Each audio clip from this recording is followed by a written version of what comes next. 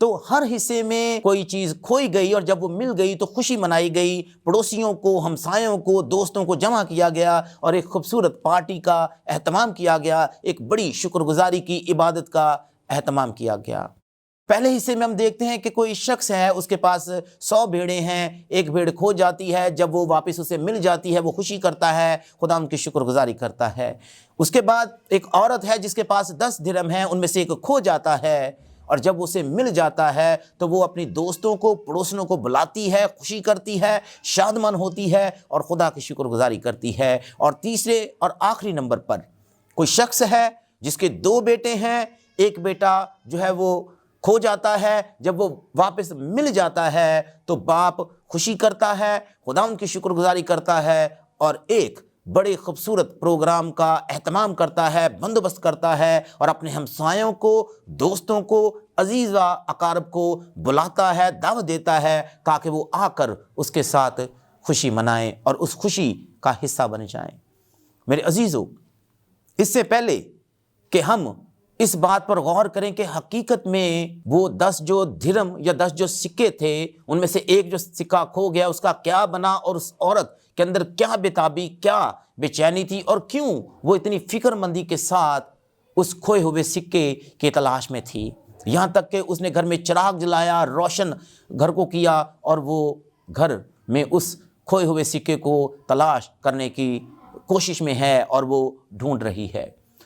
جس دور میں یہ کہانی سنائی گئی، اس دور میں جو سکے رائج تھے، اس وقت میں جو سکے استعمال کیے جاتے تھے، ان میں سے سب سے چھوٹا جو سکہ ہوتا تھا اسے دمڑی کہا جاتا تھا۔ ناظرین، آپ کو یاد ہوگا کہ خداوند یسوع مسیح ناصری ہیکل میں تھے اور انہوں نے دیکھا کہ ایک بیوہ عورت ہے جس نے 2 دمڑیاں خداوند کے خزانے میں یا چندے کی جو تھیلی ہے اس کے اندر ڈالیں۔ اس دور میں دمڑیاں سب سے چھوٹی رقم ہوتی، سب سے چھوٹا جو سکہ ہوتا وہ دمڑیوں کا ہوتا، اور اس دور میں دمڑیاں وہ سکہ ہوتا تھا جس پر حاکم وقت کی نہ تشبیہ ہوتی تھی نہ اس کی شکل ہوتی تھی، اور اسی لیے ان دمڑیوں کو ہیکل میں قبول کیا جاتا اور وہ چندے کے طور پر، ہدیے کے طور پر خداوند کی ہیکل میں، خزانے میں جو ہے وہ ڈالی جاتی تھی۔ تو پہلے نمبر پر جو سکہ اس وقت رائج تھا وہ تھا دمڑی، اور خداوند یسوع مسیح جب ہم مقدس لوکا طبیب حکیم کی معرفت لکھی گئی انجیل اس کا 12واں باب پڑھتے ہیں تو وہاں پر پیسوں کا ذکر کرتے ہیں۔ میرے عزیزو، 4 دمڑیوں کا 1 پیسہ ہوتا تھا، اور خداوند یسوع مسیح کہتے ہیں کہ کیا 2 پیسوں کی 5 چڑیاں نہیں بکتی؟ یعنی دمڑی کے بعد جو دوسرا سکہ اس وقت رائج تھا جس کا استعمال کیا جاتا تھا وہ تھا پیسہ، اور اس کے بعد جب 4 پیسے مل جاتے تو ایک پائی بنتی، یہ بھی اس وقت کی ایک کرنسی تھی۔ شاید آپ کو یاد ہو خداوند یسوع مسیح نے کہا کہ اگر کسی شخص کا کسی کے ساتھ جھگڑا ہو جاتا ہے تو اچھی بات یہ ہے کہ وہ راستے میں ہی مدعی کے ساتھ صلح کر لے، یہ نہ ہو کہ وہ اسے عدالت میں لے کر جائے اور اسے پائی پائی ادا کرنی پڑے۔ اور 4 جو پائیاں ہوتی ہیں ان کا 1 درہم جو ہے وہ بنتا ہے، اور 4 جو درہم ہوتے ہیں ان کا 1 مسکال بنتا ہے، اور اس دور میں مسکال سب سے بڑی کرنسی تھی، اور مسکال دوسرے نمبر پر وہ کرنسی ہوتی جس پر حاکم وقت کی شبیہ یا شکل نہیں ہوتی تھی۔ اسی لیے جو ہیکل کا خزانہ ہوتا، جہاں پر چندہ ڈالا جاتا، وہاں پر مسکال جو ہے وہ بھی ڈالے جاتے، اس کے علاوہ باقی کوئی بھی کرنسی جو ہے وہ وہاں پر نہیں ڈالی جاتی تھی۔ دمڑیاں اور مسکال، کیونکہ ان دونوں کرنسیوں پر حاکم وقت کی شبیہ یا شکل نہیں کندہ ہوتی تھی۔ تو میرے عزیزو، جب ہم اس پیسج کو پڑھتے ہیں تو 3 ایسے پوائنٹس ہیں جو میں ناظرین کے سامنے رکھنا چاہتا ہوں۔ پہلے نمبر پر پرپس، مقصد، یعنی کیا وہ مقصد تھا جس کو لے کر وہ اتنی فکر مند ہے، اور سکہ جو کھو گیا ہے اس کے لیے وہ تلاش کر رہی ہے کہ کسی طریقہ سے وہ کھویا ہوا سکہ اسے مل جائے۔ اس کے پیچھے مقصد کیا تھا؟ دوسرے نمبر پر پلان، منصوبہ بندی، یعنی اس نے منصوبہ بندی بنائی کہ کیا وہ کرے، کون سا ایسا کام کرے جس کام کو کرنے کے وسیلہ سے اس کا کھویا ہوا سکہ جو ہے وہ اسے واپس مل سکے۔ اور تیسرے نمبر پر پریز یعنی ورشپ، شکر گزاری، خداوند کی تعریف اور حمد۔ میرے عزیزو، جب ہم پہلے نقطے پر بات کرتے ہیں پرپز، تو آپ کو یہ دیکھ کر حیرانی ہو رہی ہوگی، جب آپ نے پڑھا ہوگا تب بھی آپ میں سے بیشتر لوگ حیران ہوں گے کہ اگر سکوں میں سے ایک سکہ گم ہو گیا ہے، کھو گیا ہے، تو وہ عورت اتنی بے چین کیوں ہے، اتنی بے قرار کیوں ہے، وہ اتنی فکر مند کیوں ہے، اور کیوں وہ اندر باہر جا کر اس سکے کو پانے اور تلاش کرنے کی جستجو میں ہے، کوشش کر رہی ہے کہ کسی نہ کسی طریقے سے وہ کھویا ہوا سکہ اسے مل سکے۔ میرے عزیزو، تاریخ بتاتی ہے کہ اس دور میں جب کسی بھی عورت کی منگنی ہوتی یا کسی بھی عورت کا کسی بھی گھر میں جو ہے کسی خاندان کے فرد کے ساتھ رشتہ طے پا جاتا، تو گھر والے دوسرے تحائف کے ساتھ سکوں کا ایک پرویا ہوا ہار لے کر آتے، جو اس عورت کو دیا جاتا جس عورت کے ساتھ اس کے سسرال والوں کہ کسی فرد کے ساتھ اس کا رشتہ جو ہے وہ بندھ جاتا یا اس کے ساتھ اس کی منگنی ہو جاتی۔ اور یہ سکہ دینے کا مقصد یہ ہوتا تاکہ یہ جو ہار ہے جو کہ 10 سکوں پر مشتمل ہے، اگر ان میں سے ایک بھی سکہ کھو جائے یا 2 بھی سکے کھو جائے، تو اس سے یہ معلوم ہو جائے گا کہ یہ عورت جس کی وہ منگیتر ہے یا جس کے ساتھ اس کا رشتہ طے پایا ہے، اس عورت نے اس شخص کے ساتھ بے وفائی کی ہے، اس نے اس کے ساتھ خیانت کی ہے۔ اسی لیے اس عورت کے اندر بے چینی، بے قراری، بے تابی اور بڑی فکر ہے۔ میرے عزیزو، اس عورت کو جب 10 سکوں کا ہار دیا گیا، وہ خوبصورت ہار تھا، وہ ہمیشہ اسے اپنے ماتھے پر باندھے رکھتی۔ جب وہ گھر سے باہر پانی لینے کے لیے جاتی یا کوئی اور خورد و نوش کی چیز لینے جاتی، تو وہ 10 سکوں کا ہار، خوبصورت ہار اس کے ماتھے پر جو ہے وہ بندھا ہوتا۔ آتے جاتے لوگ دیکھتے اور وہ سمجھ جاتے کہ یہ لڑکی یا یہ جو خاتون ہے،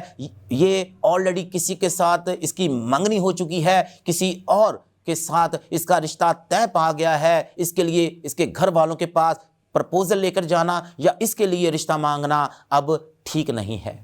یعنی وہ 10 سکوں کا ہار اس عورت کو اس طور پر بھی پابند کر دیتا تھا کہ یہ عورت اب کسی اور کی ہے، کسی اور کے منگیتر ہے اور کسی اور کے ساتھ اس کی شادی ہونے والی ہے۔ میرے عزیزو، ہم نہیں جانتے کہ سکہ کیسے گما، لیکن بائبل مقدس کے اندر لکھا ہے کہ جب وہ گم گیا تو وہ فکر مند ہے، اور فکر مندی کی وجہ کہ اس کی عزت کا سوال ہے، کیونکہ جب لوگ اسے وہ 10 سکوں کا ہار اس کے ماتھے پر بندھا ہوا نہیں دیکھیں گے، وہ یہ سمجھ جائیں گے کہ یہ عورت جو ہے وہ ٹھیک نہیں ہے، اس نے امانت میں خیانت کی ہے۔ یا اگر وہ 9 سکوں کا ہار بنا کر اپنے ماتھے پر باندھ لیتی ہے، یا اگر 8 سکوں کا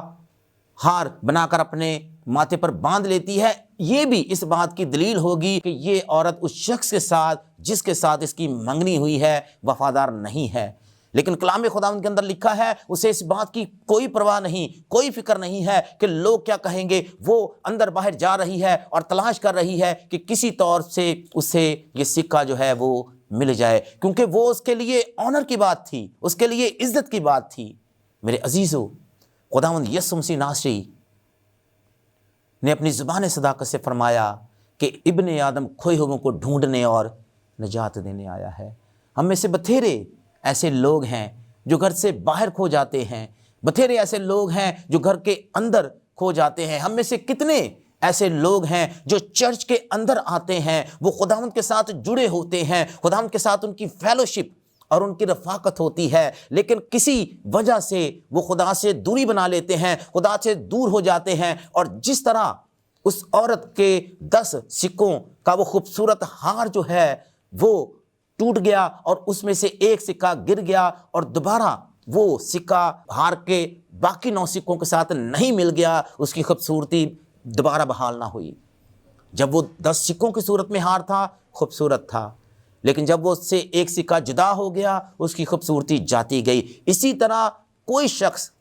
خواہ وہ خداوند کی حضوری میں رہتا ہو، خدا کے گھر میں رہتا ہو، خدا کے گھر کے ساتھ اس کا تعلق یا واسطہ ہو، جب وہ گمراہی میں، تاریکی میں، اندھیرے میں چلا جاتا ہے اور خدا سے دور چلا جاتا ہے تو وہ کھو جاتا ہے۔ بتھیرے ایسے لوگ ہیں جو نجات یافتہ تھے یا نجات یافتہ ہیں، لیکن وہ گھر سے باہر کھو گئے ہیں، یعنی چرچ کے باہر وہ کھو گئے ہیں۔ بتھیرے ایسے ہیں وہ چرچ کے اندر آ بھی رہے ہیں لیکن وہ کھوئے ہوئے ہیں، اور اس سے مراد یہ ہے کہ وہ نجات یافتہ ہونے کے باوجود پھل پیدا نہیں کر رہے۔ میرے عزیزو، درخت اپنے پھلوں سے پہچانا جاتا ہے۔ کھویا ہوا وہ ہے جو لوگوں کے سامنے تو نجات یافتہ ثابت کر رہا ہے کہ میں نجات یافتہ ہوں، میں نے یسوع مسیح کو اپنا شخصی نجات دہندہ قبول کر لیا ہے، لیکن اس کا چال چلن، اس کا گفتار، اس کا کردار دنیا کے لوگوں کی طرح ہے۔ وہ بھی کھو گیا ہے، وہ دنیا کی رنگ رلیوں میں، دنیا کی روشنیوں میں جو ہے وہ کھو گیا ہے۔ اس کا خداوند کے ساتھ وہ تعلق یا وہ رفاقت نہیں رہی ہے جو کہ ہونی چاہیے تھی۔ وہ خدا کے گھر میں رہتے ہوئے بھی کھو گیا۔ میرے عزیزو، گالی گلوچ، جھوٹ، فراڈ، دھوکہ، ہر قسم کے غلط کام وہ شخص کر رہا ہے، اور یہ بھی کھویا ہوا ہے۔ خداوند یسوع مسیح ان نجات یافتہ لوگوں کو بھی جنہوں نے کسی دور میں، کسی وقت میں خداوند یسوع مسیح کو اپنا شخصی نجات دہندہ قبول کیا تھا، اگر وہ کھو گئے ہیں، خداوند یسوع مسیح انہیں بھی دوبارہ پانے کے لیے ڈھونڈ رہا ہے، گلی گلی، کوچے کوچے میں، تاکہ خداوند کے ساتھ دوبارہ اس رفاقت میں اور فیلوشپ میں جڑ جائیں۔ ہاللیلویہ۔ میرے عزیزو، خداوند یسوع مسیح ناصری کے لیے یہ بھی عزت اور آنر کی بات ہے، کیونکہ میرے اور آپ سب کے ناموں کے ساتھ مسیح کا نام لگا ہوا ہے۔ وہ اپنے نام کی خاطر ہمارے پیچھے آتا ہے، وہ کھوئے ہوئوں کے پیچھے آتا ہے، تاکہ دوبارہ ان کی فیلوشپ اور رفاقت آسمانی باپ سے کروا سکے۔ تو پہلا